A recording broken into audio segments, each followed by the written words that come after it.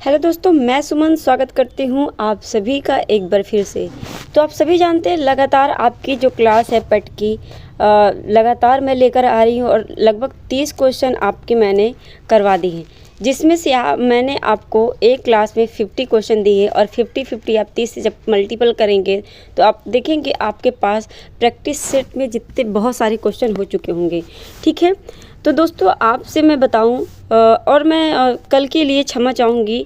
कल की जो क्लास मैंने ली थी उसमें जो वीडियो थी तो उसमें मैराथन मैंने लिया था, पहली बार मैंने मैराथन लिया था। कल पहला मैराथन था आपका और लगभग आपके जो है 1.5 घंटे का था।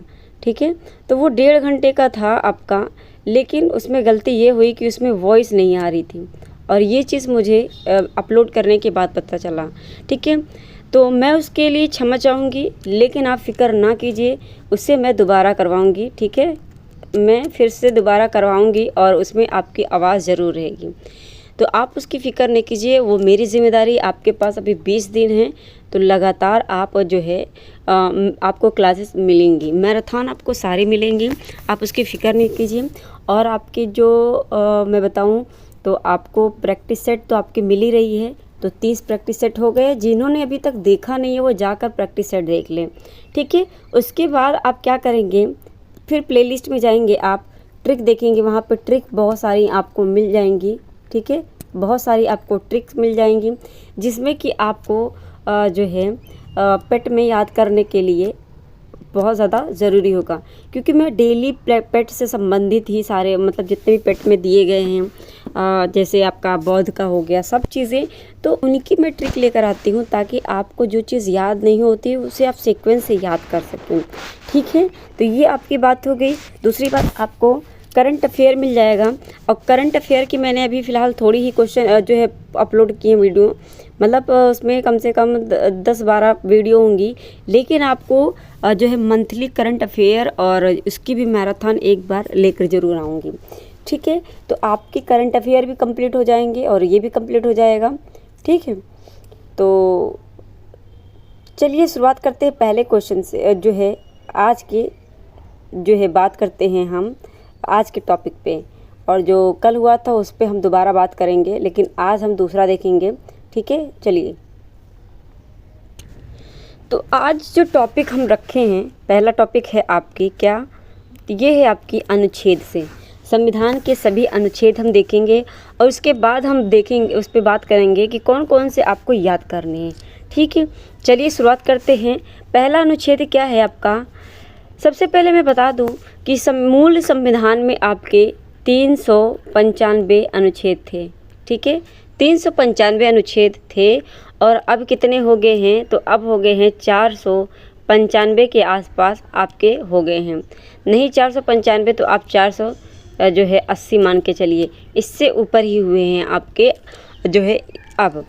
तो ये आपके मूल का हो गया और ये आपके हो जाएगा वर्तमान का।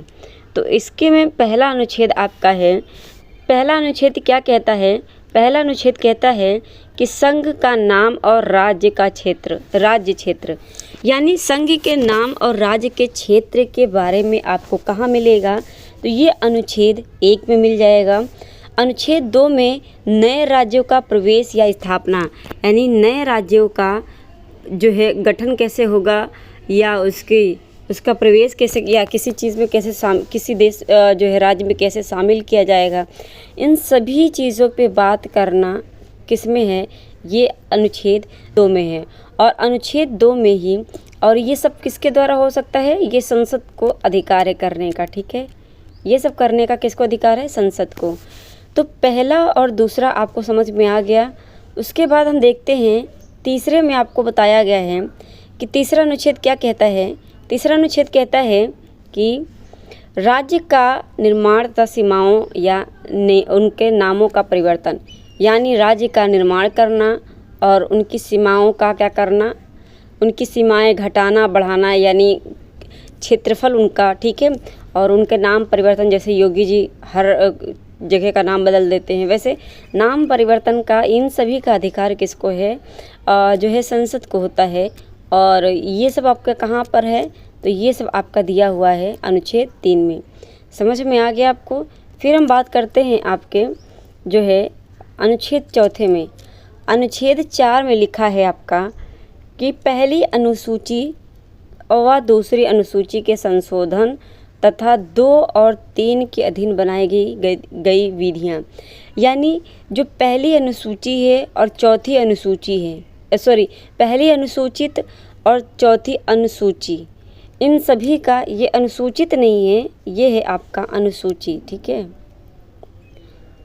पहली अनुसूची और ये, हाँ, तो पहली अनुसूची जो है और चौथी अनुसूची, इन दोनों की, यानी जो अभी हमने पहले अनुसूची पढ़ी और जो अनुच्छेद पढ़ा आपका, और जो है आपका दूसरा अनुच्छेद पढ़ा, उनके बारे में जो है इनमें बताया गया है पहले, दूसरे, तीसरे अनुच्छेद के बारे में। किस में बात की गई है? तो ये बात की गई है आपकी अनुच्छेद जो है आपके 4 में। ठीक है, अनुच्छेद 4 में बात की गई है। और मैं एक बात बता दूं कि यहाँ पे ये अनुसूची नहीं बल्कि अनुच्छेद ही है, जिसको इन्होंने अनुसूची कर दिया है। ठीक है, तो पहली और इनकी दूसरी, तीसरी की बात किस में की गई है? चौथी में, कि उन पे संशोधन किया जा सकता है। इतनी समझ में आ गई। 5वें अनुच्छेद में कहा गया है संविधान के प्रारंभ पर नागरिकता, जो नागरिकता है उसके बारे में 5वें अनुच्छेद में कहा गया है। नेक्स्ट है आपका कि भारत आने वाले व्यक्तियों को नागरिकता मिलेगी, और ये अनुच्छेद 6 में कहा गया है कि भारत में आने वाले जो व्यक्ति हैं, यानी बाहरी जो फॉरेनर होते हैं, ठीक है, जो विदेशी होते हैं, उन्हें भारत में जो है नागरिकता कैसे मिल सकती है, इन सभी चीज़ों पे बात की गई है आपके अनुच्छेद 6 में। ठीक है, फिर अनुच्छेद 7 में किया गया है पाकिस्तान जाने वाले का नागरिकता, जो पाकिस्तान जाना चाहते हैं या फिर जाने गए, उनकी नागरिकता क्या? अब देखिए, उनकी नागरिकता उनको नहीं मिलेगी।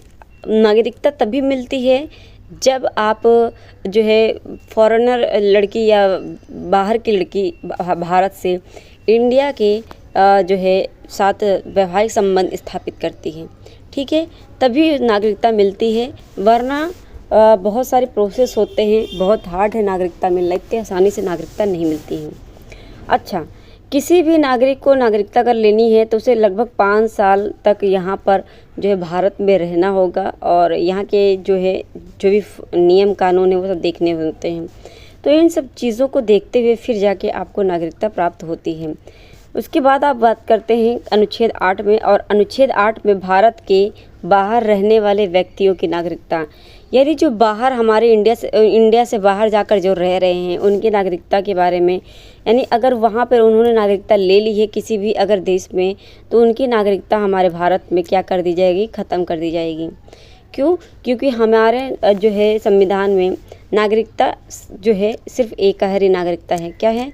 एकहरी नागरिकता है ना, एकहरी नागरिकता है। और एकहरी नागरिकता में हम क्या करते हैं कि आपको एक ही नागरिकता मिलेगी, या तो आप इंडिया की लीजिए या फिर आप विदेश की लीजिए। तो आप अगर बाहर जाकर रह रहे हैं तो आपकी नागरिकता जो है भारत से हट जाएगी। ठीक है, ये बात समझ में आ गई आपको। फिर आपका बात करते हैं 9वें अनुच्छेद में। 9वें अनुच्छेद में कहा गया है विदेशी राज्य की नागरिकता के लेने पर नागरिकता का होना। वही बात है कि जो है विदेशी राज्य में जो भी नागरिकता ले लिया उसकी नागरिकता भारत में ख़त्म हो जाएगी, ये अनुच्छेद 9 में कहा गया है।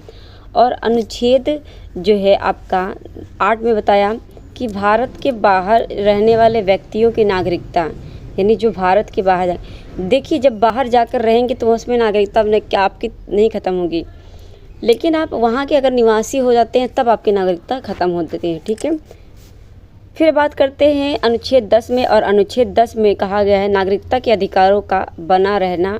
किस में बताया गया? अनुच्छेद 10 में। अनुच्छेद 11 में कहा गया है संसद द्वारा नागरिकता के लिए कानून का विनियमन। ठीक है, संसद द्वारा नागरिकता के लिए कानून के जो विनियमन होते हैं उनके बारे में अनुच्छेद 11 में बोला गया है। और अनुच्छेद 12 में कहा गया है राज्य की परिभाषा, यानी राज्य की परिभाषा कैसी होनी चाहिए, ये सब आपकी किस में बताई गई है, अनुच्छेद 12 में। अब आपकी बात होती है यहाँ से कि जो है मूल अधिकार, आपके मूल अधिकार की बात होती है। और मूल अधिकार में आपके जो है आपकी क्या बात होती है, मूल अधिकार कहाँ से कहाँ तक है, 12 से आपकी कहाँ तक है, 12 से 35 तक आपके मूल अधिकार हैं। तो मूल अधिकार में आपका आ जाता है क्या, तो मूल अधिकार में आपका आता है कि पहला अनुच्छेद 12, अनुच्छेद 12 में कहा गया है राज्य की परिभाषा कैसी होनी चाहिए, क्या होना चाहिए, ये सब बातें किस में की गई है, अनुच्छेद 12 में। अनुच्छेद 13 में कहा गया है मूल अधिकारों को असंगत या अल्पीकरण करने वाली विधियाँ, ठीक है, उनके बारे में कहा गया है। तो ये इतना खास इम्पोर्टेंट नहीं होता है, आपका मेन इम्पोर्टेंट आपका कहाँ से होता है, तो ये होता है आपका 14 से, ठीक है, अनुच्छेद 14 से आपकी बात की जाती है। तो अनुच्छेद आपके 14 में कहा गया है विधि के समक्ष समानता, यानी कानून के सामने सभी नागरिक समान होते हैं।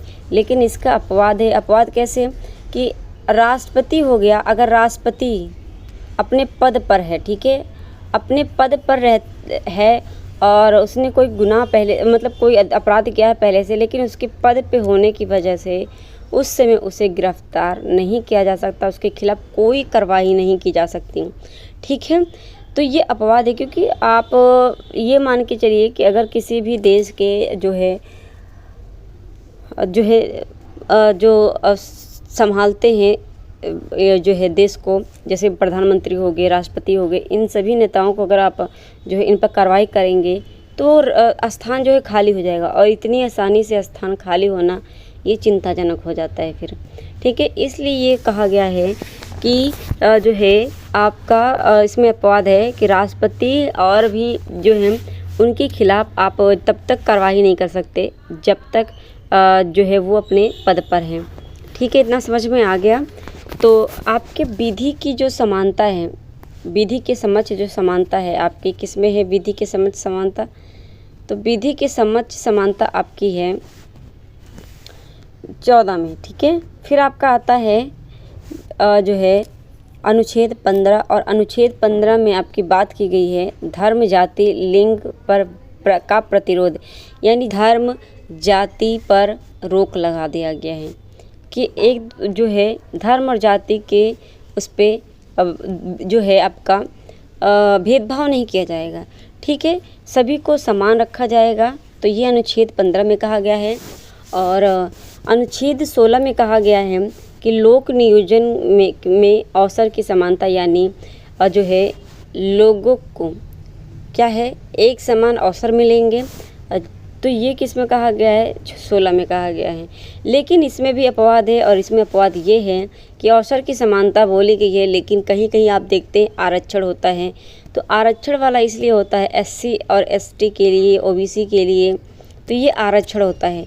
अब यहाँ पे अपवाद इसलिए हैं क्योंकि जो है होता है कि किसी भी कोई भी वर्ग अगर जो है समान बराबरी से आपके नीचे हो, तो उसे समाज में ऊपर उठाने के लिए क्या किया जाता है, उन्हें थोड़ा सा आरक्षण देके जो है सपोर्ट किया जाता है, ताकि वो जो है सपोर्ट पाकर समाज में ऊपर आए और बराबरी हो, ठीक है। तो ये सभी जो है वर्ग अभी जो है नीचे है, जिसकी वजह से उन्हें आरक्षण देना ज़रूरी है।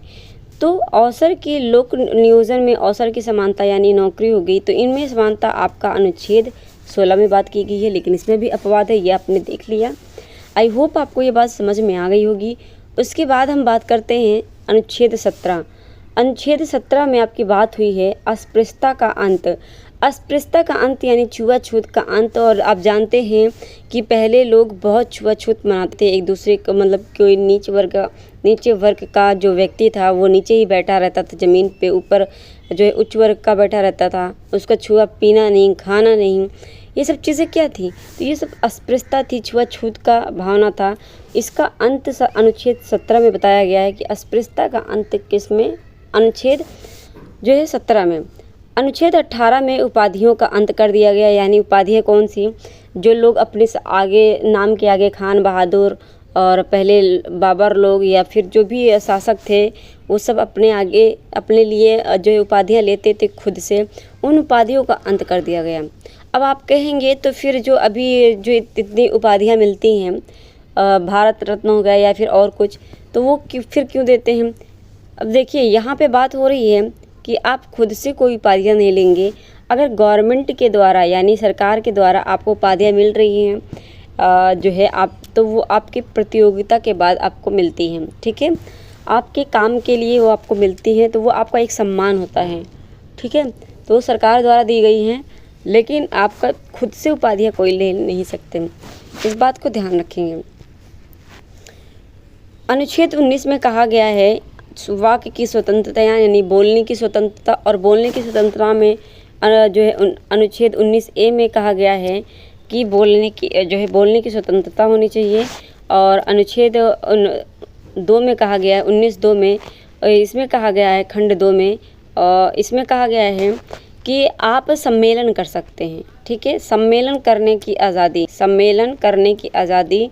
और फिर आपकी बात करते हैं अनुच्छेद आर्टिकल 19 जो है सी में यानी सी या 3 में आपकी बात की गई है कि आप बिना शस्त्र के क्या कर सकते हैं, संगठन बना सकते हैं।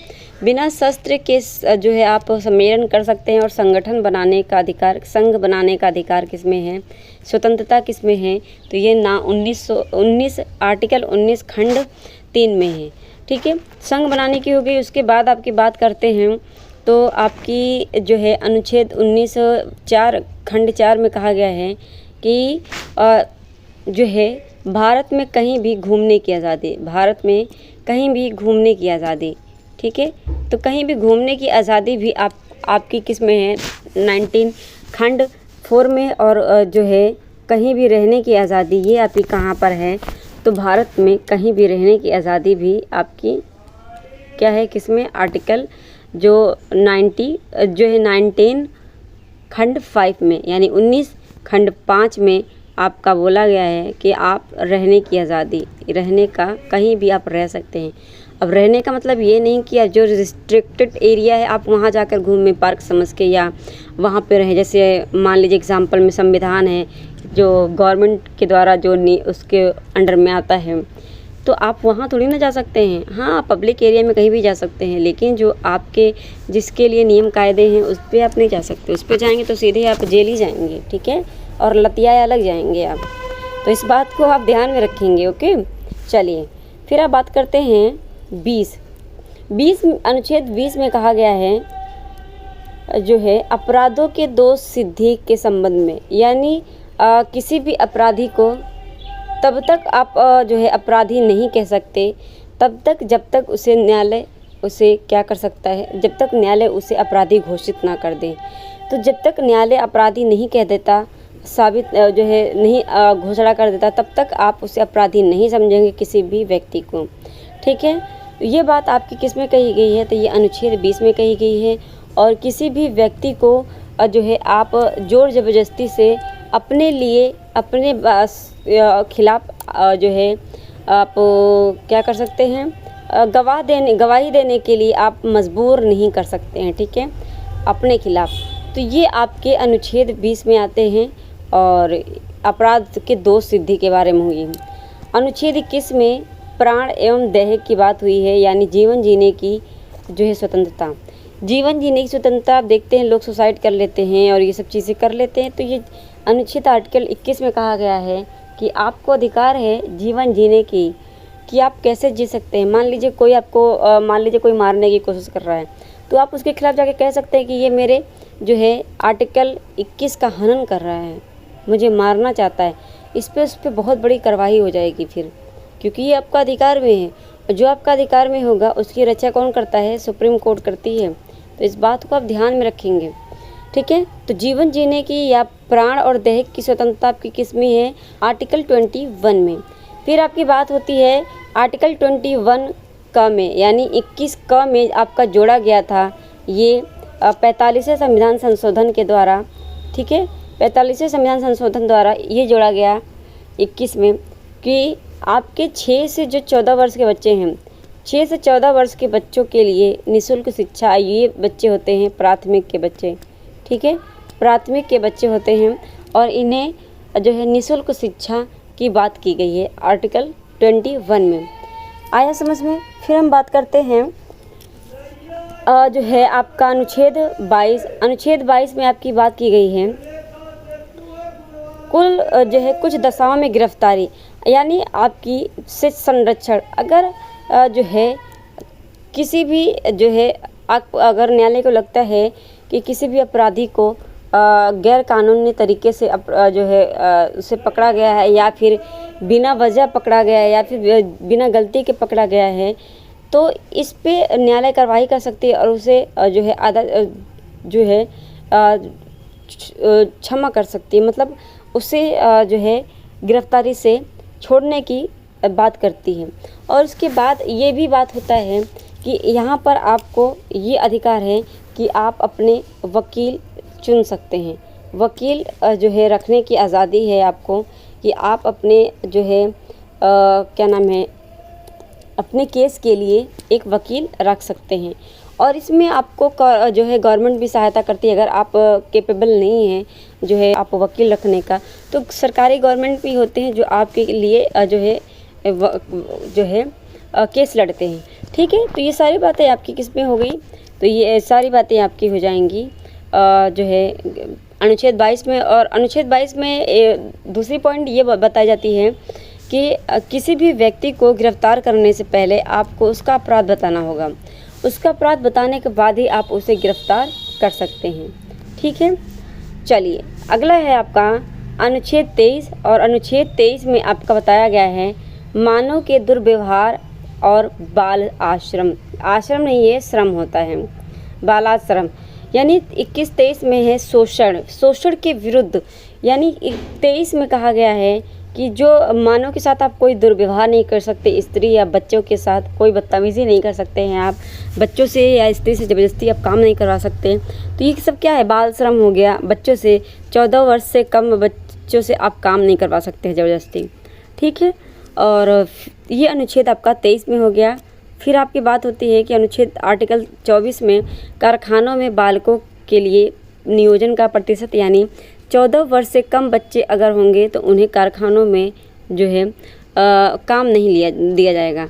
अगर जो देता है तो उसे फिर जो है उस पर कार्रवाई होती है, ठीक है। तो ये बात समझ में आ गई कि 14 और 23 और जो है 24 आपकी, हम 14 शायद कह रही हूँ मैं, तो ये 24 है, ठीक है। 23-24 में आपकी बात होती है, ये बहुत इम्पॉर्टेंट है। ये सारे अभी तक जितने में मैंने बताए मूल अधिकार आपको पता है इम्पॉर्टेंट है, तो मूल अधिकार में आप कुछ भी नहीं छोड़ेंगे, ठीक है। तो 14 से लेकर जो है 32 तक आपको ध्यान में रखने हैं। अभी अब तक हमने कितने के 24 अनुच्छेद हमने कर लिए हैं। लास्ट जो है आपका 25वां अनुच्छेद है कि धर्म का आचरण और प्रचार की स्वतंत्रता, यानी किसी भी धर्म को अपने जो है स्वतंत्रता है अपने धर्म का प्रसार करने का, ठीक है। तो ये आर्टिकल 25 में है। आर्टिकल 26 में कहा गया धार्मिक कार्यों का प्रबंध जो है की स्वतंत्रता, यानी कि कोई भी व्यक्ति अपने धार्मिक कार्य के लिए जो है कार्यों का प्रबंधन कर सकता है, ठीक है। तो ये आप क्या कर सकते हैं, इसमें आपका अधिकार है 26 में कि आप जो है प्रबंधन कर सकते हैं, ठीक है। फिर आपकी है अनुच्छेद 29 में। अनुच्छेद 29 में कहा गया अल्पसंख्यक वर्गों के हितों का संरक्षण, यानी जो अल्पसंख्यक हैं उनके जो है उनका संरक्षण किसमें कहा गया है, 29 में। अनुच्छेद 30 में कहा गया है आपका शिक्षा संस्थाओं की स्थापना का प्रशासन करने और अल्पसंख्यक वर्गों का अधिकार, यानी शैक्षिकता की बात हुई है। जो शैक्षिक जो है स्वतंत्रता है उसकी बात हुई है अनुच्छेद 30 में। और अनुच्छेद 30 में शैक्षिक का प्रबंध वगैरह आपका बात किया गया है। किसी भी जो संस्था में आपका भेदभाव के जो है किसी भी लिंग, जाति या वर्ग के आधार पर भेदभाव नहीं किया जाएगा, आपको प्रवेश मिलेगा, ठीक है। किसी भी संस्था में आपको प्रवेश मिलेगा, ठीक है। और यहाँ पे रही बात यहाँ पे जो है स्वतंत्रता की, तो यहाँ पे कहा गया है कि जो है धार्मिक में जो है आपको जो कार्य होते हैं उसमें आपका जो टैक्स होता है वो टैक्स नहीं लगता है। ठीक है, तो ये सब बातें आपकी इसमें आ जाती हैं। फिर आपकी बात होती है और यहाँ पे 27-28 नहीं है, तो ठीक है, जिसमें 28 में तो आपकी बात हुई है, 28 में आपकी बात हो गई है। देखो याद नहीं आ रहा मेरे को,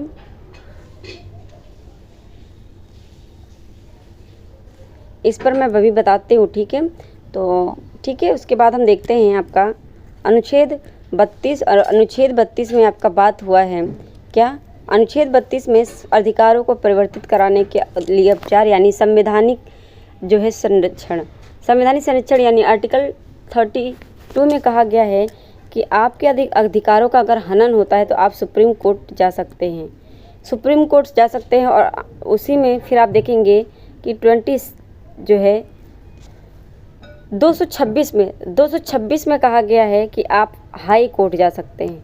यानी आपके अधिकारों का जब हनन होता है तो आप क्या कर सकते हैं, जो है 32 में आप कोर्ट जो है सुप्रीम कोर्ट जाने का अधिकार है और 226 में आपको हाई कोर्ट जाने का अधिकार है। आप दोनों जगह अपना जो है जाकर जो है आप अपनी केस फाइल कर सकते हैं। ठीक है, इसके बाद आपका आता है अनुच्छेद 36 और अनुच्छेद 36 में भाषा की बात हुई है, किसकी, राज्य की भाषा की परिभाषा दी गई है अनुच्छेद 36 में, तो ये इम्पोर्टेंट नहीं है। बात आपकी आती है अनुच्छेद 40। अनुच्छेद 40 आपकी बहुत इम्पोर्टेंट है और अनुच्छेद 40 में आपकी बात की गई है ग्राम पंचायत की संगठन का। और ग्राम पंचायत के संगठन की बात हुई है तो ग्राम पंचायत की आप ये बता दीजिए कि सबसे पहले कहाँ पर ग्राम पंचायत की स्थापना हुई। तो राजस्थान, आपने सुना है, राजस्थान के नागौर ज़िले में सबसे पहले क्या किया गया था, इसका स्थापना किया गया था। ठीक है, कब, 1900 जो है आपका 1959 में, यानी 1959 में इसका किया गया था। फिर आता है आपका अनुच्छेद 48। अनुच्छेद 48 में कहा गया है कृषि और पशुपालन संगठन, कृषि और पशुपालन संगठन के बारे में आपका बताया गया है। और जो है आपकी 45 में कहा गया है, अनुच्छेद 45 में कि बच्चों के जो 6 से जो 18 वर्ष के बच्चे हैं उनकी शिक्षा का जो है अधिकार, उनकी शिक्षा के बारे में बताया गया है कि बच्चों की शिक्षा का प्रबंध करेगा राज्य 45 में। ठीक है,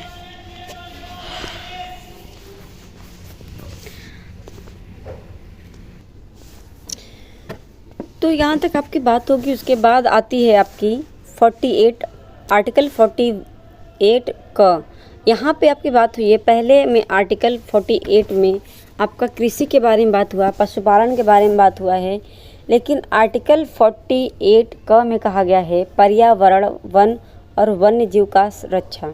ठीक है, तो पर्यावरण का संरक्षण और वन्य जीवों का रक्षा करना, ये आर्टिकल 48 में क में दिया है।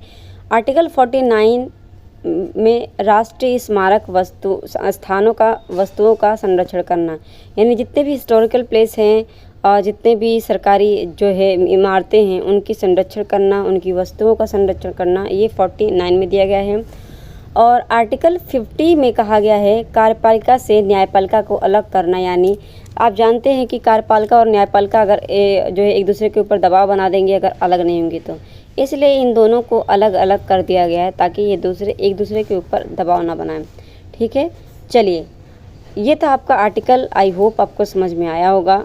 तो आपने बात किया आर्टिकल मूल अधिकार और किस पर बात की, तो ये मूल अधिकार और आपने नीति निर्देश तत्व पे बात कर ली है, यहाँ तक आपने कर लिया है। ठीक है, अब हम बात करते हैं भारतीय संविधान की भाग जो है कौन कौन से हैं। तो 22 भाग हैं आपके भारतीय संविधान के, मूल भारतीय संविधान की 22 भाग हैं और इसे हम देखेंगे। पहला भाग है आपका, तो पहले भाग में संघ और उसका क्षेत्र, राज्य क्षेत्र कैसा होना चाहिए इसमें बताया गया और इसमें आपका आर्टिकल 1 से 5 तक का होता है, ये पता है ना आपको, जो हमने अभी पढ़ा। तो भाग 1 में संघ और उनका क्षेत्र बताया गया है, राज्यों का क्षेत्र। भाग 2 में नागरिकता के बारे में बताई गई है, ठीक है। नागरिकता किस में है? भाग 2 में। भाग 3 में आपका मूल अधिकार है, जो आपको बताया मैंने कि 12 से लेके आपका 35 तक क्या है? मूल अधिकार है, ये हमने पढ़ा। और भाग आपका 4 में है, तो यहाँ पे आपका कुछ तो गड़बड़ है, हाँ ठीक है। भाग 4 में आपका राज्य के नीति निर्देशक तत्व के बारे में बताया गया, और इसी में हमने भाग 4 का भी पढ़ा, जिसमें मूल कर्तव्य, अच्छा हमने नहीं पढ़ा, 50 तक पढ़ा। तो चलिए अभी मैं बता देती हूँ कि 51 जो है जो होता है, मैं 51 क बोलिए या 1 बोलिए, 51 खंड 1 में आपका बताया गया है मूल कर्तव्य, यानी पिता और मतलब पेरेंट्स का कर्तव्य है कि 6 से 14 वर्ष के बच्चों को पढ़ाए, ठीक है, ये उनका कर्तव्य है। तो उनके कर्तव्य के बारे में 51 क में बताया गया है, और ये किस में आता है? भाग 4 में, ठीक है। आया समझ में? चलिए अब बात करते हैं जो है आपका भाग 5 में। तो भाग 5 में आपका संघ के बारे में बात किया गया है, यानी केंद्र के बारे में बात किया गया है, ठीक है। भाग 6 में आपका बात किया गया राज्य के बारे में, और उसके बाद आपका किया गया भाग 7 में। भाग 7 में कहा गया है निकाल दिया या निरस्त कर दिया गया, ये सब चीज़ें आपकी किस में है? भाग 7 में। भाग 8 में संघ और राज्य के क्षेत्र, यानी दोनों के, यानी जो यूटी होती है, यूटी केंद्र शासित प्रदेश, उनके बारे में आपको कहाँ पे मिलेगा? तो अनुच्छेद 8 जो है भाग 8 में जो है आपको मिलेगा, ये मिलेगा आपका जो है संघ राज्य क्षेत्र, ये भाग 8 में। अच्छा यहाँ पे क्या कहा गया है? निकाल दिया या निरस्त कर दिया गया, भाग 7 को हटा दिया गया है। तो भाग 7 को आप याद नहीं रखेंगे, आपको याद करना है भाग 8, और भाग 8 में संघ राज्य यानी यूटी या केंद्र शासित प्रदेश के बारे में बात हुई है। भाग 9 में ग्राम पंचायत या पंचायत की बात हुई है भाग 9 में, और पंचायत मैंने बताया कि 1959 में सबसे पहले नागौर में इसकी स्थापना हुई थी, नागौर राजस्थान में, है ना। तो ये बात आप याद रखेंगे। और अनुच्छेद जो है भाग 9 क में, भाग 9 क में बात की गई नगर पालिकाओं की, भाग 9 ख में बात की गई सहकारी समितियाँ। तो ये भाग 9 के हैं, जिसमें भाग क ख भी है। तो भाग 9 क में आपका नगर पालिकाएँ हैं, और भाग 9 ख में सहकारी समितियाँ हैं। आई होप इतनी बात आपको समझ में आ गई। उसके बाद हम बात करते हैं अनुच्छेद 10, और अनुच्छेद 10 में अनुसूचित जाति और जनजाति के बारे में बताई गई हैं, ठीक है। एससी, जिसे आप एससी और एसटी कहते हैं, ठीक है, जिसे आप एसटी और एससी कहते हैं, ये गोल गोल नहीं होता है, ठीक है, इससे ना। चलिए, और भाग 11 में बात किया गया है संघ और राज्यों के बीच संबंध के बारे में बताया गया कि संघ का संबंध और राज्य का संबंध कैसा है, ये भाग 11 में बताया गया है। भाग 12 में बताया गया है वित्त और संपत्ति, संविधाएं और वाद, इन सभी के बारे में भाग 12 में बताया गया है, ठीक है, भाग 12 में। उसके बाद आपका बताया गया भाग 13 में भारत के राज्य के क्षेत्र के भीतर व्यापार और वाणिज्य समागम, ये हटाकर आपका किस में कर दिया गया है? 300 जो है आपका आर्टिकल 301 में कर दिया गया है, ठीक है। तो इस बात को आप ध्यान में रखेंगे,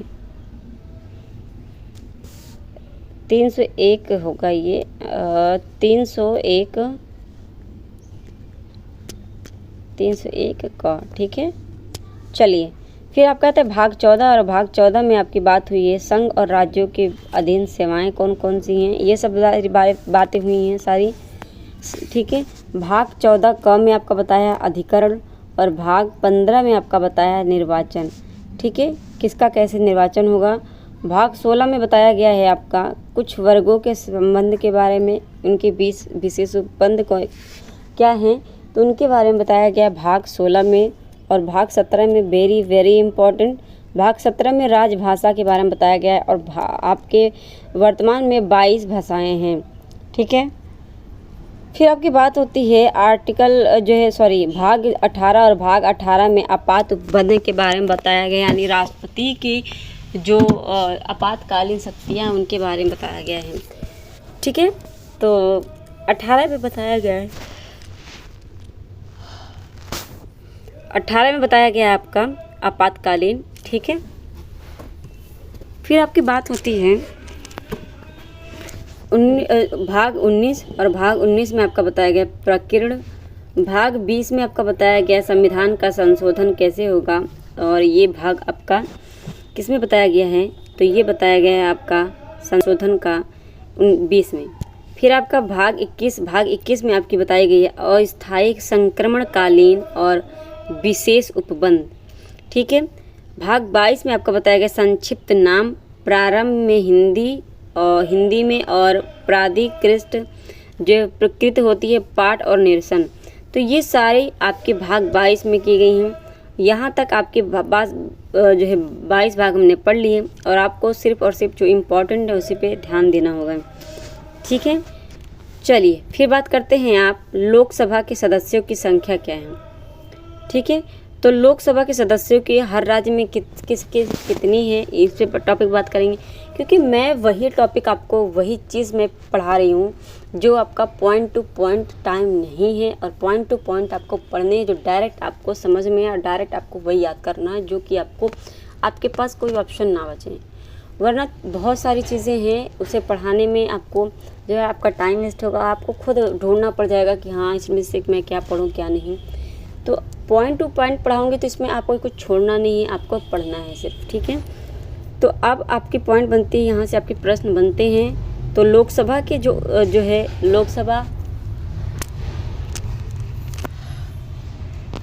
लोकसभा की सबसे ज़्यादा सीटें आपको कहाँ मिलती हैं, तो उत्तर प्रदेश में कितनी सीटें हैं, जो है 80 सीटें हैं। ठीक है, उत्तर प्रदेश में 80 सीटें हैं। उसके बाद सबसे ज़्यादा उत्तर प्रदेश में सीटें हैं लोकसभा की। उसके बाद आपके महाराष्ट्र की 48 सीटें हैं। पश्चिम बंगाल में कितनी सीटें हैं लोकसभा की, 42 सीटें हैं पश्चिम बंगाल में। ठीक है, तीसरे नंबर पे। तो आपको ज़्यादा ध्यान देना है इन तीनों पे, तीनों के प्रारंभ की। जब ऑप्शन में देता है कि सबसे ज़्यादा जो है सीटें किसके पास है, तो पहला आपका है उत्तर प्रदेश 80, महाराष्ट्र आपका 48 और पश्चिम बंगाल 42। तो मान लीजिए अगर ये नहीं दिया तो आपको ये दे देगा, तो इस पर आपको टिक लगाना होगा। अगर ये नहीं दिया तो आपको ये दे देगा, तो इस पर टिक लगाना होगा। तो ये लास्ट के 3 और लास्ट के स्टार्टिंग के 3 जरूर याद करिएगा। बिहार का कितना है, तो बिहार में 40 हैं। चौथे नंबर पे बिहार है आपका। तमिलनाडु में आपका 39 है, यानी 39 सॉरी। मध्य प्रदेश में 29 सीटें हैं, और कर्नाटक में 28 सीटें हैं। कर्नाटक में 28 सीटें हैं। गुजरात में 26 सीटें हैं। ठीक है, राजस्थान में 25 सीटें हैं, और आंध्र प्रदेश में भी 25 सीटें हैं। ओडिशा में 21 सीटें हैं, और इन्हें आप याद रखेंगे, एक नज़र डाल लेंगे। ठीक है, केरल में 20 सीटें हैं लोकसभा की। ये सारी लोकसभा की सीटों के बारे में आपकी बात की जा रही है। ठीक है, फिर आपकी आती है तेलंगाना में कितनी सीटें हैं, तो 17 सीटें हैं। और झारखंड में आपकी 14 सीटें हैं। असम में आपका 14 सीटें हैं। झारखंड और असम में 14 सीटें हैं, दोनों में एक जैसा है। पंजाब में 13 सीटें हैं। छत्तीसगढ़ में आपके 11 सीटें हैं। हरियाणा में आपका 10 सीट है, और उत्तराखंड में आपका कितना है, तो उत्तराखंड में आपका 5 सीट है। देख रहे हैं कम होता जा रहा है। हिमाचल प्रदेश में कितनी सीटें हैं, तो 4 सीटें हैं, और मेघालय में 2 सीटें हैं। ठीक है, तो ये जितनी जो है सीटें आपको इम्पॉर्टेंट रहने वाली हैं। अरुणाचल प्रदेश में कितनी सीटें हैं, तो अरुणाचल प्रदेश में आपकी 2 सीटें हैं। मणिपुर में 2 सीटें हैं। त्रिपुरा में भी 2 सीटें हैं। अरुणाचल, मणिपुर, त्रिपुरा एक साथ याद करेंगे, 2 सीटें हैं। ठीक है, और मेघालय में भी आपका 2 सीट था। तो जितने भी पूर्वी एरिया वाला है उसमें 2 सीटें हैं, यानी त्रिपुरा हो गया, मेघालय हो गया, अरुणाचल प्रदेश हो गया, असम हो गया, और मणिपुर हो गया। ठीक है, इनमें क्या हो जाएगा, आपकी 2-2 सीटें हैं लोकसभा की। फिर आपकी आती है सिक्किम, मिज़ोरम। सिक्किम और मिज़ोरम ये 2 साथ में याद रखेंगे। और सिक्किम, मिज़ोरम में एक सीटें हैं। गोवा में 2 सीटें हैं। ठीक है, तो ये आपको आ गया समझ में। नागालैंड में कितनी सीटें हैं, 1 सीट है नागालैंड में। ठीक है, तो ये सारी सीटें आपको याद रखनी है। और यहाँ पे आप देखेंगे जिसके भी 1 और 2 और 3, यानी जैसे नागालैंड हो गया, जिसके भी 1 सीट, 2 सीट, 3 सीट, 4 सीट और 5 सीट हैं। यहाँ तक आपको लास्ट के याद रखने हैं, जितने भी आपको 1 seat, 2 seat, 3 seat, 4 seat, 5 seat वाले राज्य हैं। ठीक है, चलिए फिर आपका टॉपिक आता है, ये ख़त्म हुआ आपका। अब टॉपिक लेती हूँ मैं, स्वतंत्रता आंदोलन से संबंधित आंदोलन वर्ष। अच्छा, इसे हम यहीं पे रोकते हैं, इसको हम हटाते हैं अभी आज के लिए, क्योंकि ये मैंने कल आपके जो है मैराथन में लिया था और इसी को मैं दोबारा लूँगी, तो ये मैराथन में आएगा आपका दूसरे में।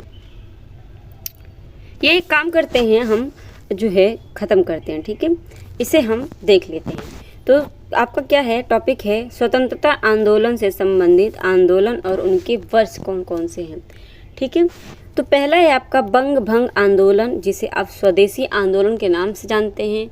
और बंग भंग आंदोलन आपका शुरू हुआ था 1905 में। इस समय गवर्नर कौन था, वायसराय कौन था, तो कर्जन था वायसराय, है ना, कर्जन वायसराय था। कर्जन के द्वारा ही क्या हुआ था, बंगाल का विभाजन किया गया था, तो कर्जन हो जाएगा आपका यहाँ पे। ठीक है, फिर आपका आता है आपका मुस्लिम लीग की स्थापना। और मुस्लिम लीग की स्थापना जो है किसने की थी, तो ये किया था सैयद ने, मोहम्मद अली जो है सैयद अली ने। ठीक है, तो ये 1906 में हुआ था और मुस्लिम लीग की स्थापना 1906 में हुई थी। लाहौर अधिवेशन, ठीक है, लाहौर अधिवेशन कब हुआ था, 1906 में। फिर आपका बात आता है कांग्रेस का बंटवारा कब हुआ था, तो कांग्रेस का बंटवारा जो है 1907 ईस्वी में हुआ था और ये 1907 में सूरत अधिवेशन में उसका बंटवारा हुआ था। सूरत अधिवेशन में कांग्रेस का जो है बंटवारा हुआ था। ठीक है, कांग्रेस का क्या हुआ था, बंटवारा हुआ था। होम रूल जो है आंदोलन का किसने किया था, होम रूल आंदोलन शुरुआत तो आपकी 1916 में हुई थी।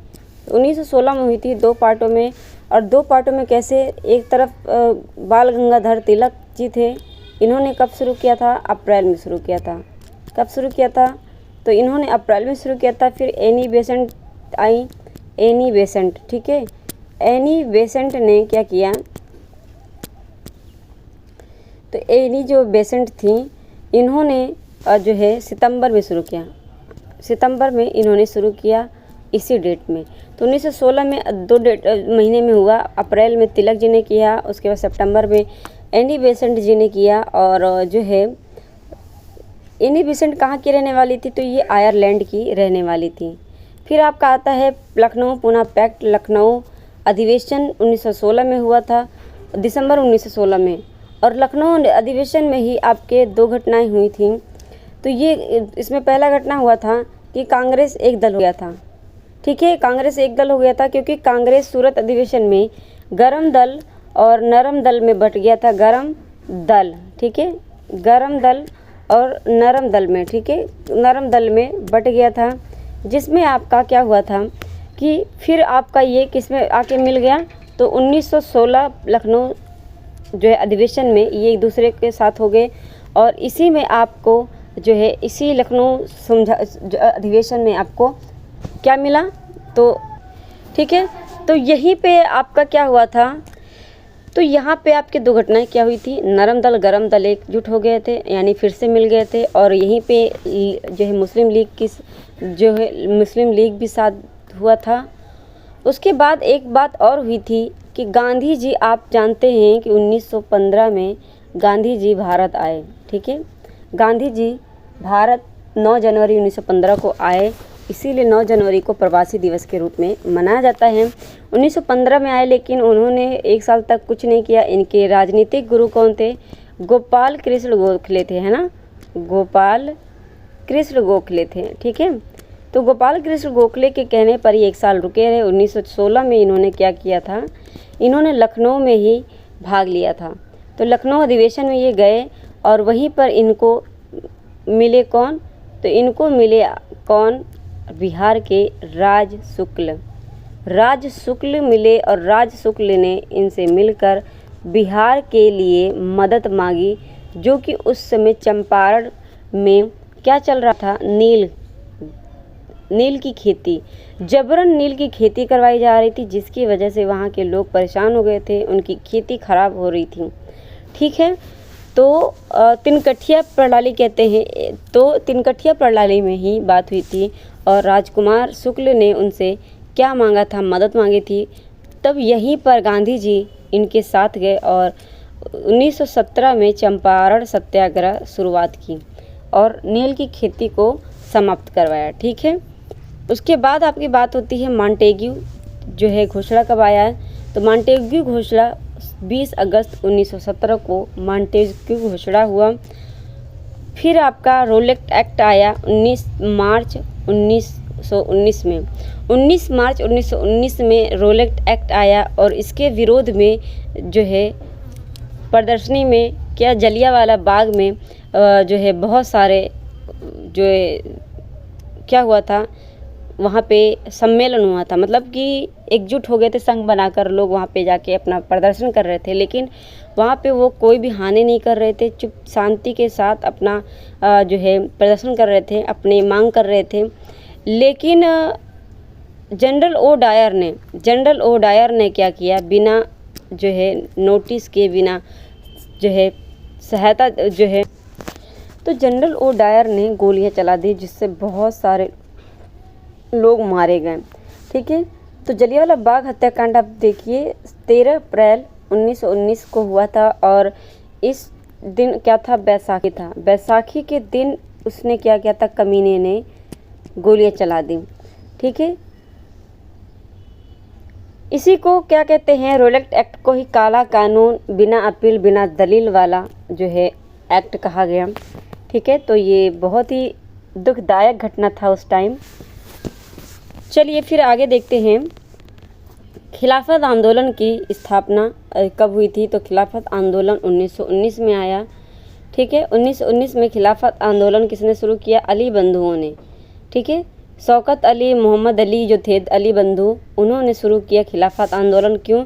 क्योंकि खलीफाओं की जो पद थी वो समाप्त कर दी गई थी, जिसकी वजह से उन्होंने आंदोलन किया तुर्क में जब शुरू हुआ था तो भारत के जो मुस्लिम थे उन्होंने भी शुरू किया और इसी में गांधी जी को सदस्य बनाया गया दिल्ली में। लेकिन इसका विरोध किया किसने, तो अली जिन्ना ने किया। और ये आपका क्वेश्चन आंसर बनता है आपका कि कौन व्यक्ति खिलाफत आंदोलन में गांधी जी के शामिल होने पर विरोध किया, तो आपका आंसर होगा मोहम्मद अली जिन्ना। आया समझ में? ये बहुत ज़्यादा इम्पॉर्टेंट क्वेश्चन है, आपके सारे के सारे मैं पॉइंट्स पे बात कर रही हूँ। आप खुद समझ रहे होंगे, आप पढ़ रहे हो तो आपको खुद समझ में आ रहा होगा कि ये सारे आपके पॉइंट टू पॉइंट आपके इम्पॉर्टेंट जो है टॉपिक्स हैं। फिर आपकी बात करती हूँ मैं, हंटर कमेटी की रिपोर्ट प्रकाशित कब हुई थी। ठीक है, हंटर कमेटी की रिपोर्ट आपकी कब प्रकाशित हुई थी, तो ये प्रकाशित हुई थी आपकी कब, 18 मई 1920 में। 18 मई 1920 को हंटर कमेटी की स्थापना हुई थी। कांग्रेस का नागपुर अधिवेशन कब हुआ था, तो ये हुआ था, अच्छा हंटर कमेटी की स्थापना की हुई थी, जो आपने देखा था जलियांवाला बाग हत्याकांड, उसके रिपोर्ट के लिए। तो ये प्रकाशित हुई थी, पूछा रिपोर्ट कब आई, 18 मई 1920 को आई थी। ठीक है, तो ये आपकी जो है आपका जलियांवाला बाग जो हत्याकांड हुआ था उसकी जांच के लिए आई थी। फिर आपका आता है कांग्रेस का नागपुर अधिवेशन कब हुआ था, तो दिसंबर 1920 को कांग्रेस का नागपुर अधिवेशन हुआ था। असहयोग आंदोलन की शुरुआत हुई थी 1 अगस्त 1920 को। 1 अगस्त को डेट फिक्स हुई थी, पर 1 अगस्त को क्या हुआ था, 1 अगस्त को होने वाली थी, लेकिन 1 अगस्त को ही आपके जाने माने जो है व्यक्ति बाल गंगाधर तिलक की क्या हो जाती है, मृत्यु हो जाती है, जिसकी वजह से 1 अगस्त को ना शुरू करके बल्कि 5 सितंबर को शुरू किया जाता है। ठीक है, तो 5 सितंबर को असहयोग आंदोलन 1920 में शुरू किया जाता है, इस बात को ध्यान में रखिएगा। अगला है आपका चौरी चौरा कांड। असहयोग आंदोलन शुरू हुआ, उसके जो व्यक्ति थे जो है उस संगठन में जितने भी लोग थे उन्होंने मिलकर क्या किया, 5 फरवरी को 1922 में क्या किया, उन्होंने चौरी चौरा जगह पे क्या किया था, उन्होंने एक पुलिस स्टेशन में पुलिसकर्मी जितने थे उनको क्या किया था, सिपाहियों को क्या किया था, एक साथ उन्हें जला दिया गया था। जितने भी पुलिसकर्मी थे उन्हें क्या क्या था, एक साथ जला दिया। मेरे हिसाब से आई थिंक मुझे याद है 25 लगभग 25 थे और उन्हें बंद करके जला दिया। इसकी वजह से क्या हुआ, गांधी जी दुखी हुए और उन्होंने जहाँ पर थे वो वहीं से क्या किया, उन्होंने असहयोग आंदोलन को समाप्त कर दिया।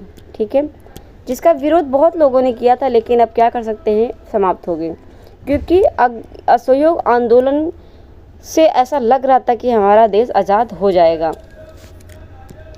फिर आपकी बात आती है स्वराज पार्टी की स्थापना कब हुई, तो ये हुई थी 1 जनवरी 1923 को स्वराज पार्टी की स्थापना हुई।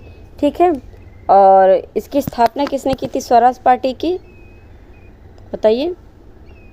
चित्तरंजन दास ने। ठीक है, चित्तरंजन दास ने किया था इसकी स्थापना।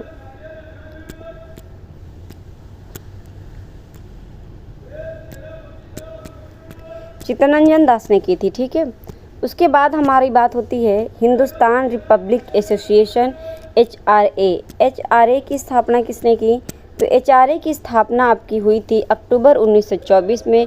और HRA में आपके जो है हरदयाल जी थे, सचिंद्रनाथ सैनवाल थे और भी लोग थे जिन्होंने मिलकर इसका क्या किया था, स्थापना किया था।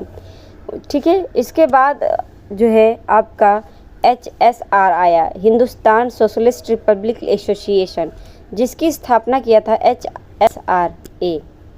HSRA की स्थापना कब हुई थी, 1900 4 साल बाद 1928 में हुई। और इसमें चंद्रशेखर आज़ाद, ठीक है, चंद्रशेखर और कौन थे, जो है आपके भगत सिंह, इन्होंने मिलकर क्या किया था, इसकी स्थापना की थी। ठीक है, और ये HRA के लोग ही ने क्या किया था, मिलकर 1925 में आपका जो है, जो आपका क्या कहते हैं, ध्यान में नहीं आ रहा, अभी मैं बताती हूँ। ठीक है, थोड़ा सा ध्यान से मेरे उतर गया, अभी जस्ट माइंड में था। काकोरी कांड, हाँ, काकोरी कांड पहले कहा जाता था, अब उसका नाम काकोरी जंक्शन रख दिया गया है, काकोरी एक्शन रख दिया गया है। तो काकोरी एक्शन जो है इन्हीं के द्वारा चलाया गया था। ठीक है, तो इस बात का ध्यान रखेंगे। फिर आपकी बात आती है साइमन कमीशन की नियुक्ति कब हुई, तो साइमन कमीशन की नियुक्ति हुई थी 8 नवंबर 1927 को। लेकिन साइमन कमीशन आया कब, 1928 को भारत आया साइमन कमीशन। और कहाँ पर आया था सबसे पहले, तो सबसे पहले ये मुंबई में आया था। ठीक है, सबसे पहले कहाँ आया था, मुंबई में आया था। इस बात को आप ध्यान में रखेंगे, यहाँ से आपका क्वेश्चन बनता है। फिर आपका साइमन कमीशन जब भारत आया, देखिए 3 फरवरी 1928 को, मैंने देखा भी नहीं, 3 फरवरी 1928 को साइमन कमीशन भारत आया, कहाँ पर, मुंबई में। ठीक है, मुंबई में। उसके बाद साइमन कमीशन के विरोध में ही लाला लाजपत राय की क्या हुई थी, लाठियों के प्रहार से मृत्यु हो गई थी। ठीक है, तो यहाँ पे क्या हुआ था, साइमन कमीशन का विरोध किसने किया था, लाला लाजपत राय ने। इसमें डॉक्टर किचलू को और सत्यपाल को क्या किया गया था, अरेस्ट कर लिया गया, मतलब उन्हें जो है बंदी बना पकड़ लिया गया था। ठीक है, पकड़ लिया गया है, ठीक है, पकड़ लिया गया था, और जिससे उन्हें उनके विरोध में क्या किया गया था, ये किया गया था। नहीं, वो तो जलियांवाला जो है बाग में हुआ था, डॉक्टर किचलू और सत्यपाल की। हाँ, यहाँ पे लाला लाजपत राय के जो है विरोध किया था इन्होंने, और उसी लाठी के प्रहार में इनकी मृत्यु हो गई थी। ठीक है, तभी इन्होंने कहा था मेरे एक एक जो है खून का कतरा जो है क्या होगा, दरवाजे पे लगी कील के जंग के समान होगा। मुझे जो है थोड़ा सा ना उसमें क्या होता है, मैं थोड़ा रुक जाती हूँ उसमें। ठीक है, तो ये जो थॉट उनका था। और फिर आपका आता है कि नेहरू रिपोर्ट कब आई, तो नेहरू रिपोर्ट आपकी आई अगस्त 1928 में। और नेहरू रिपोर्ट कौन प्रस्तुत किया था, तो नेहरू रिपोर्ट मोतीलाल नेहरू ने किया था। ये मोतीलाल नेहरू ने, नेहरू से आप जवाहरलाल नेहरू नहीं समझेंगे, मोतीलाल नेहरू होगा, फरवरी 1928 में। बारदोली सत्याग्रह कब हुआ था, अक्टूबर 1928 में बारदोली सत्याग्रह हुआ था। और बारदोली सत्याग्रह का नेतृत्व किसने किया था, सरदार वल्लभ भाई पटेल ने। ठीक है, और सरदार की उपाधि किसने दी थी वल्लभ भाई पटेल को? तो बारदोली की जो महिलाएं थीं उन्होंने ही इनको क्या किया था, जो है उपाधियां दी थी। ठीक है, इस बात को ध्यान में रखेंगे। लाहौर षड्यंत्र केस किस नाम से जाना जाता है? तो 8 अप्रैल 1929 को लाहौर षड्यंत्र केस, इसमें जो है जो हमारे जो क्रांतिकारी थे उन्हें क्या किया गया था, अरेस्ट किया गया था, जिसे लाहौर षड्यंत्र केस के नाम से जाना जाता है। ठीक है, तो 1929 में 8 अप्रैल 1929 को लाहौर षड्यंत्र केस की स्थापना हुई। उसके बाद लाहौर का अधिवेशन कब हुआ? तो दिसंबर 1929 को लाहौर अधिवेशन हुआ था। लाहौर अधिवेशन किसने किया था? तो लाहौर अधिवेशन आपको पता है जो है पंडित जवाहरलाल नेहरू ने किया था लाहौर अधिवेशन। ठीक है, फिर आपका आता है स्वाधीनता दिवस की घोषणा कब हुई? तो ये 2 जनवरी 1930 को स्वाधीनता दिवस की घोषणा की थी, ये खुद से किया गया था। ठीक है, फिर नमक सत्याग्रह 12 मार्च 1923 से 5 मार्च 1930 तक हुआ, यानी 12 मार्च को शुरू हुआ डांडी से और ये जो है आपका 5 अप्रैल 1930 को समाप्त हुआ और नमक कानून तोड़ा। और उसके बाद 6 अप्रैल से साइमन जो है सविनय अवज्ञा आंदोलन की शुरुआत की गई। ठीक है, 6 अप्रैल में, इस बात को ध्यान में रखेंगे। सविनय अवज्ञा आंदोलन की शुरुआत कब हुई थी? 6 अप्रैल 1930 को। ठीक है, फिर आपकी बात आती है प्रथम गोलमेज सम्मेलन, और प्रथम गोलमेज सम्मेलन आपकी कब हुई थी? 12 नवंबर 1930 को। ठीक है, प्रथम गोलमेज सम्मेलन में आपके कोई भी कांग्रेसी नहीं गया था। गांधी इरविन समझौता 8 मार्च 1931 में हुआ था। और ये क्यों हुआ था? क्योंकि जो है गोलमेज सम्मेलन में गांधी जी को भेजने के लिए जो है इरविन ये समझौता कर रहा था।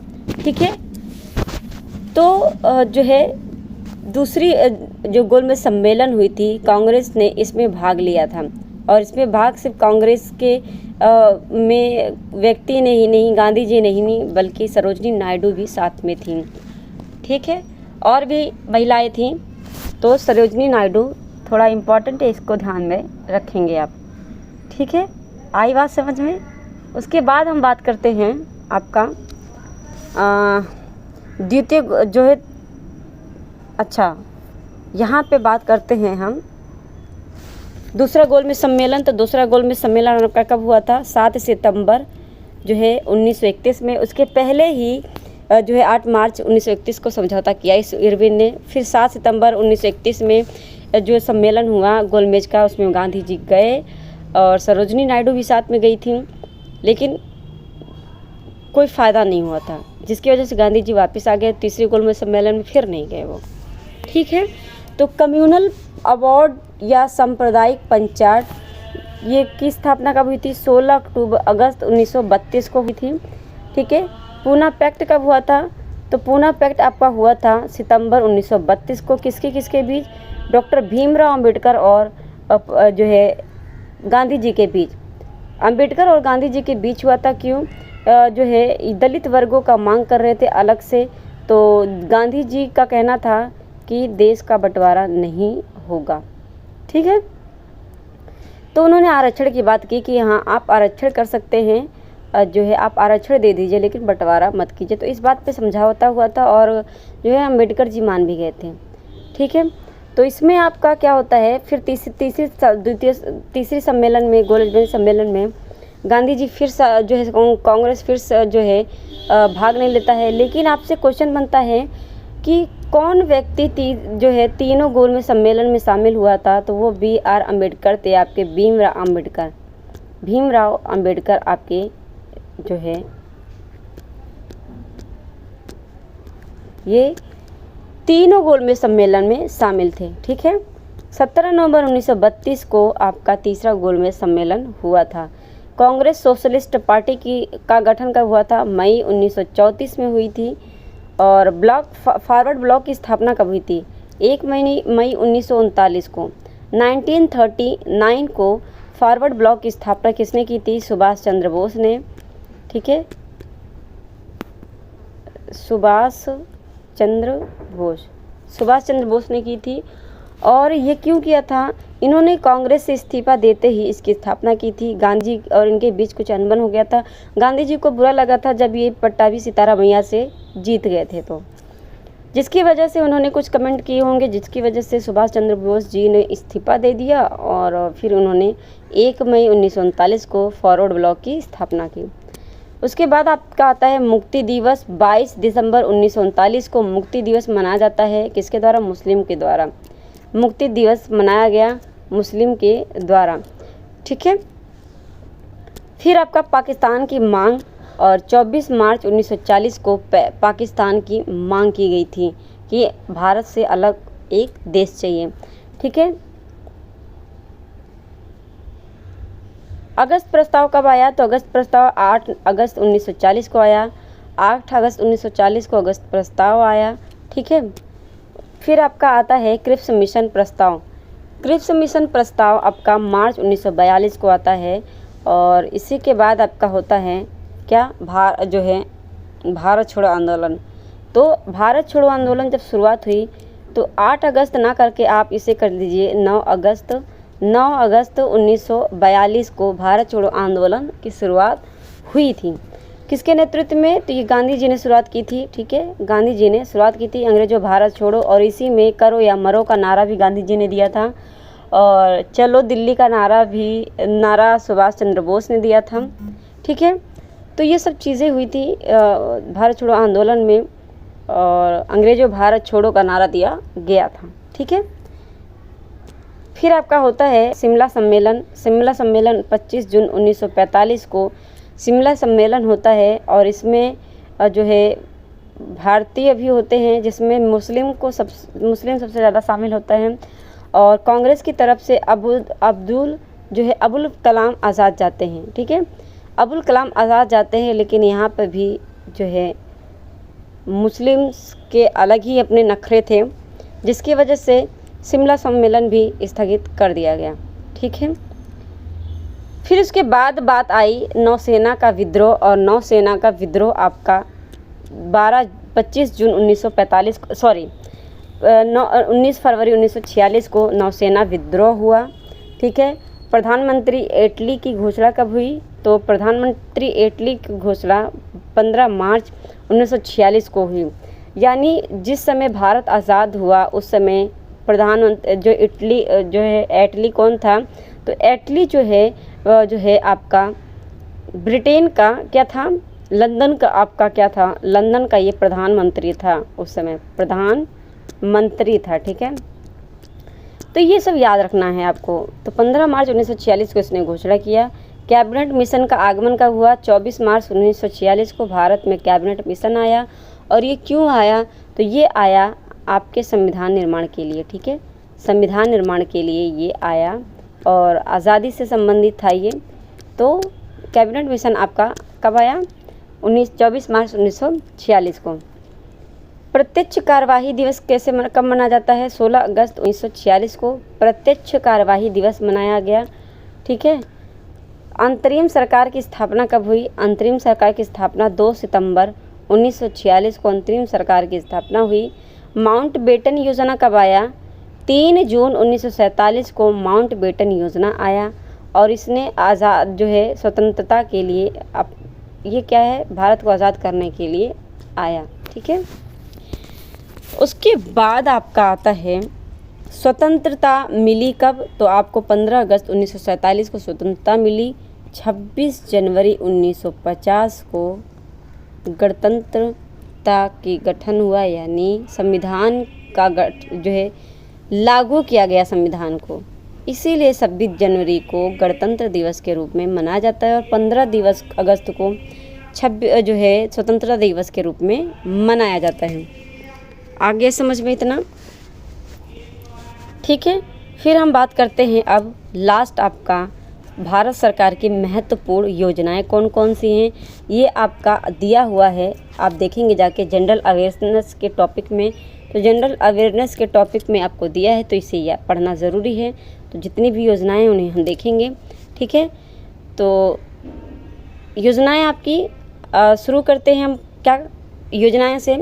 तो पहला योजना है आपका नीति आयोग योजना। ये 1 जनवरी 2015 को नीति आयोग, ये 1 जनवरी 2015 को नीति आयोग की स्थापना हुई थी और ये जो है किसने शुरू की थी, प्रधानमंत्री। नीति आयोग की स्थापना किसके जगह पे हुई है, तो सब पहले इसका नाम क्या था, तो इसका पहले नाम था योजना आयोग नाम था पहले। इसे योजना आयोग के नाम से, योजना आयोग के नाम से जाना जाता था, लेकिन अब जाना जाता है किस नाम से, तो अब इसे जाना जाता है किस नाम से,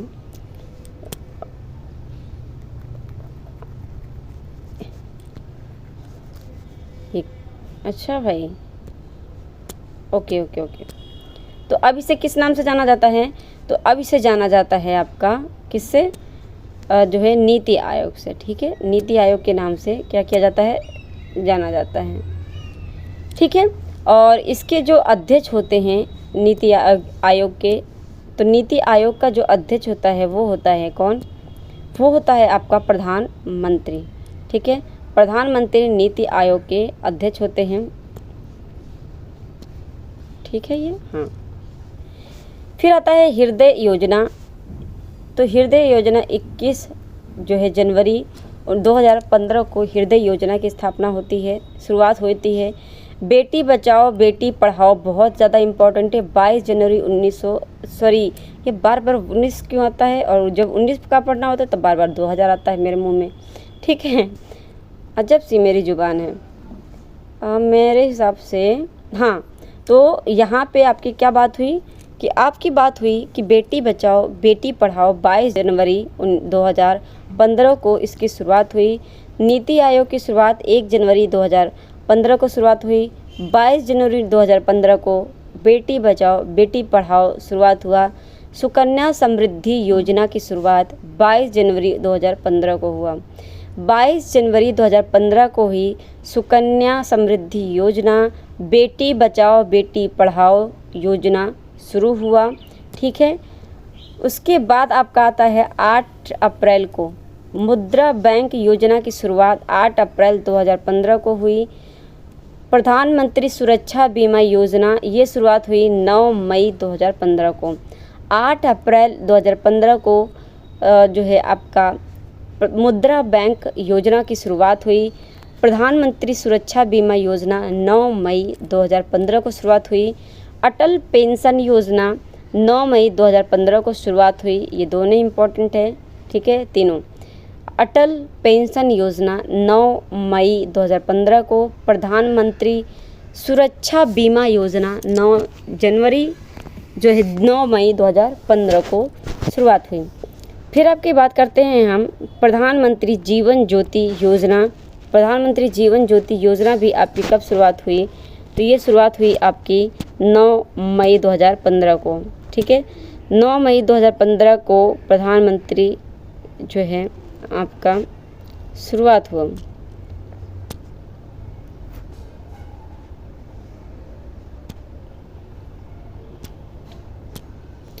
हाँ, तो ये शुरुआत हुआ 9 मई 2015 को, यानी प्रधानमंत्री जीवन ज्योति योजना, अटल पेंशन और प्रधानमंत्री बीमा ये कब शुरुआत हुई, तो 9 मई 2015 को।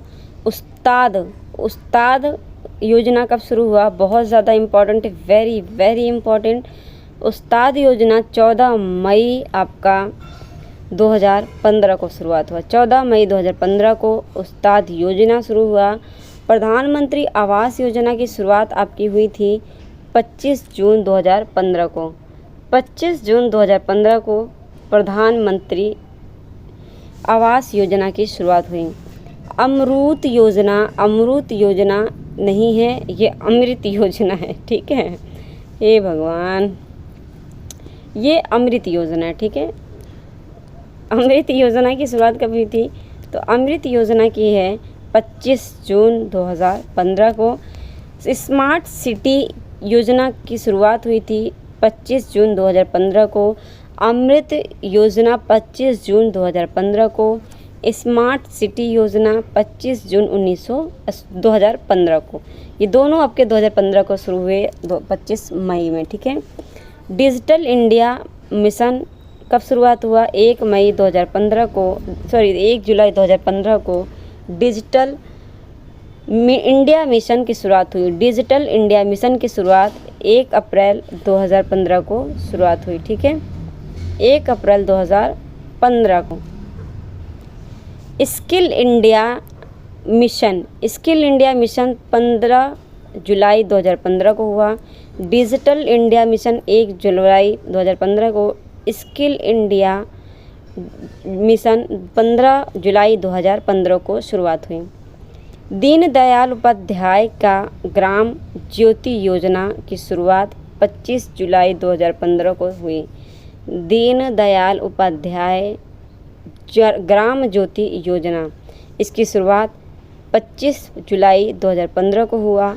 नई मंजिल की शुरुआत 8 अगस्त 2015 को हुआ। सही योजना की शुरुआत 30 अगस्त 2015 को हुआ। स्वावलंबन स्वास्थ्य योजना 21 सितंबर 2015 को शुरुआत हुई इसकी। और make in India, very very important, make in India 25 सितंबर 2015 को इसकी शुरुआत होती है। 25 सितंबर 2015, ठीक है। फिर आपका आता है इम्प्रिंट इंडिया योजना। ये 5 नवंबर 2015 को इम्प्रिंट इंडिया योजना 5 नवंबर 2015 को इसकी शुरुआत होती है। स्वर्ण मौद्रिकरण योजना, ये 5 नवंबर 2015 को ये भी शुरुआत होता है। इम्प्रिंट इंडिया स्वर्ण मौद्रिकरण योजना 5 नवंबर 2015 को। उदय योजना भी 5 नवंबर 2015 को शुरुआत हुई। तो 5 नवंबर 2015 को उदय योजना और इम्प्रिंट इंडिया योजना, स्वर्ण मौद्रिकरण योजना, ये सभी आपकी कब शुरू हुई? 5 नवंबर 2015 को। इन्हें आप एक साथ याद रखेंगे। उसके बाद आपका आता है वन रैंक वन पेंशन योजना। शुरुआत 7 नवंबर 2015 को हुआ था। वन रैंक वन पेंशन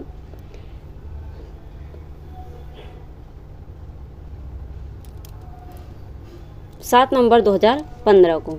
ज्ञान योजना की स्टार्टिंग कब हुई थी? तो ये हुई थी 30 नवंबर 2015 को ज्ञान योजना। और किलकारी योजना की शुरुआत हुई थी 25 दिसंबर 2015 को। किलकारी योजना की शुरुआत हुई। नमामि गंगे, बहुत इम्पॉर्टेंट है, ओके।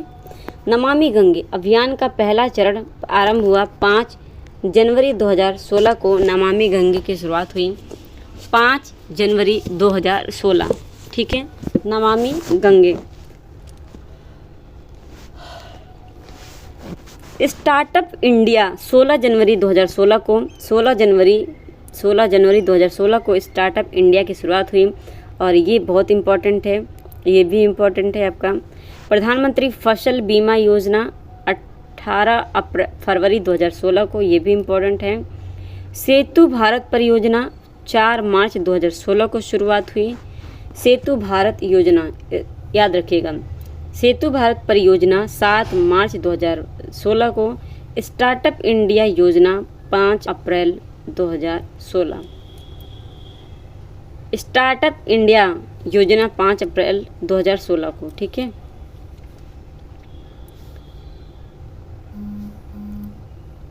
फिर आपका आता है प्रधानमंत्री यहाँ पे मैं स्टार्टअप पढ़ रही थी, मेरा दिमाग ना। स्टैंड अप इंडिया योजना, ये बहुत इम्पॉर्टेंट है। स्टैंड अप इंडिया 5 अप्रैल 2016 को। वही मैं कहूँ ये दो जगह क्यों आ रहा है। स्टार्टअप इंडिया आपकी 16 जनवरी 2016 को हुआ था। स्टैंड अप इंडिया की शुरुआत 5 अप्रैल 2016 को हुई थी। ग्रामोदय से भारत उदय अभियान 14 अप्रैल 2016 को शुरुआत हुई। ग्रामोदय से भारत उदय अभियान 14 अप्रैल 2016। प्रधानमंत्री उज्ज्वला योजना बहुत इम्पोर्टेंट है। 1 मई 2016 को प्रधानमंत्री उज्ज्वला योजना की शुरुआत हुई। प्रधानमंत्री कृषि सिंचाई योजना की शुरुआत कब की गई? तो ये 31 मई 2016 को प्रधानमंत्री कृषि सिंचाई योजना की शुरुआत हुई। प्रधानमंत्री राष्ट्रीय आपदा जो है प्रबंधन योजना, ये 1 जून 2016 को हुआ था इसकी स्थापना। नमामि गंगे कार्यक्रम 7 जुलाई 2016 को, ये दो जगह पे हैं। दूसरा है आपका गैर फॉर इंडिया 6 सितंबर 2016। उड़ान इम्पॉर्टेंट है, उड़ान योजना 21 अक्टूबर 2016 को उड़ान हुई थी। 21 अप्रैल 2016 को उड़ान जो है कॉरपोरेशन बैंक, कहाँ मैं जा रही हूँ, तो जो है 21 अक्टूबर 2016 को क्या हुआ था आपका, उड़ान योजना की शुरुआत हुई थी। अच्छा मैं बता दूं दोस्तों कि मेरे जो है, मैंने कॉरपोरेशन बैंक क्यों बोला, मैं पढ़ाते पढ़ाते ना खो गई थी, मतलब जो है थकान हो गई, नींद में चली गई थी मैं, तो उसमें मेरे को ना कॉरपोरेशन बैंक मेरे मुंह में आ गया सोते सोते, ठीक है। तो ऐसा ही होता है भाई। चलिए फिर देखते हैं। सौर जो है ऊर्जा, सौर ऊर्जा योजना है, ठीक है, सुजला 1 नवंबर 2016 को ये हुआ था। प्रधानमंत्री युवा योजना 9 नवंबर 2016 को इसकी शुरुआत हुई थी। इम्पॉर्टेंट है प्रधानमंत्री युवा योजना। भीम ऐप बहुत इम्पॉर्टेंट है। भीम ऐप 30 दिसंबर 2016 को शुरुआत हुई थी भीम ऐप की, ठीक है। भारत नेट परियोजना फेज़ 2 से 19 जुलाई 2017 तक ये इसकी शुरुआत हुई थी। प्रधानमंत्री वय वंदना योजना 21 जुलाई 2017 को हुआ था। प्रधानमंत्री वय वंदना योजना 21 जुलाई 2017। आजीविका ग्रामीण एक्सप्रेस योजना की शुरुआत आपकी हुई थी, तो ये हुई थी आपकी कब, 21 अगस्त 2017 को। आजीविका ग्रामीण एक्सप्रेस योजना, प्रधानमंत्री वय वंदना योजना की शुरुआत 21 जुलाई 2017 को शुरुआत हुई थी। प्रधानमंत्री सहज बिजली हर घर योजना सौभाग्य 25 सितंबर 2017 को शुरुआत हुआ। प्रधानमंत्री सहज बिजली हर घर योजना सौभाग्य 25 सितंबर 2017 को। साथी अभियान इम्पॉर्टेंट है, और ये भी इम्पोर्टेंट है। साथी अभियान 24 अक्टूबर 2017 को शुरुआत हुई थी साथी अभियान की, ठीक है। 24 अक्टूबर 2017 को जो है साथी अभियान की शुरुआत हुई थी। दीन दयाल स्पर्श योजना 3 नवंबर 2017 को इसकी शुरुआत हुई थी, दीन दयाल स्पर्श योजना। तो साथियों ये 46 आपने जो है योजनाएं पढ़ी हैं, ठीक है, योजनाएं आपने 46 पढ़ ली हैं।